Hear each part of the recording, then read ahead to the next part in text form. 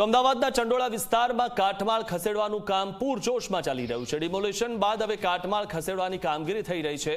ચંડોળા તળાવ વિસ્તારના બંગાળીવાસમાંથી કાટમાળ હટાવાયો।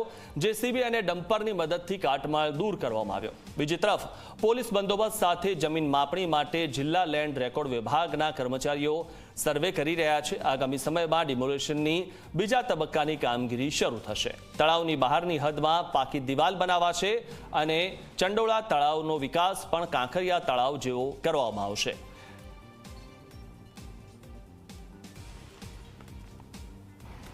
ચંડોળા તળાવમાં ગેરકાયદેસર બાંધકામ અને બાંગ્લાદેશીઓના મુદ્દે સતત 2 દિવસ સુધી ચાલેલી મેગા ડિમોલિશન હાલ તો બંધ થઈ ગઈ છે, પરંતુ હવે શહેર પોલીસ તંત્ર અને અમદાવાદ મ્યુનિસિપલ કોર્પોરેશન તંત્ર પુનઃ હરકતમાં આવ્યું છે, એટલા માટે કે હવે ફેઝ 2 અંતર્ગત વધુ ડિમોલિશનની કામગીરી કરવામાં આવનાર છે। તે પૂર્વે આપ જોઈ શકો છો જે સ્થળે ડેમોલિશન કરી દેવામાં આવ્યું તે બાદ હવે જે કાટમાળ છે તેને ખસેડવાનું કામ યુદ્ધના ધોરણે અહીંયા શરૂ કરવામાં આવ્યું છે, કારણ કે પ્રથમ 2 દિવસ દરમિયાન જે મોટી સંખ્યામાં મશીનો અહીંયા લાવવામાં આવ્યા હતા, ત્રીજા દિવસે સંપૂર્ણ તે અહીંયાથી જાણે કે ગાયબ થઈ ગયા હતા, પરંતુ હવે તંત્ર ફરીથી જાગ્યું છે। એટલે ચંડોળા તળાવનો આ જે બંગાળીવાસ તરીકે ઓળખાતો વિસ્તાર છે ત્યાં ડેમોલિશન કર્યા બાદનો ખૂબ જ મોટા પ્રમાણમાં જે કાટમાળ પડેલો છે તેને ખસાવવામાં આવી રહ્યો છે, કારણ કે તંત્ર દ્વારા જે માહિતી મળી રહી છે તે મુજબ ચંડોળા તળાવની અંદર નહીં પરંતુ હવે બહારની ફરતે પાકી દિવાલ બનાવવામાં આવશે, જેથી કરીને આગળના સમયમાં પણ demolition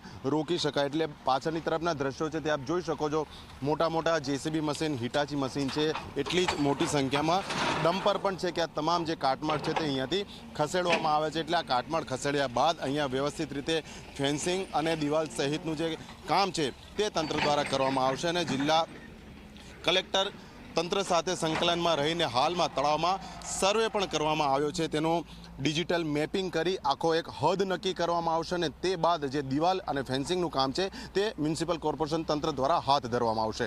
camera person Amit Makwana સાથે અર્પણ કાયદાવાલા ઝી મીડિયા, અમદાવાદ।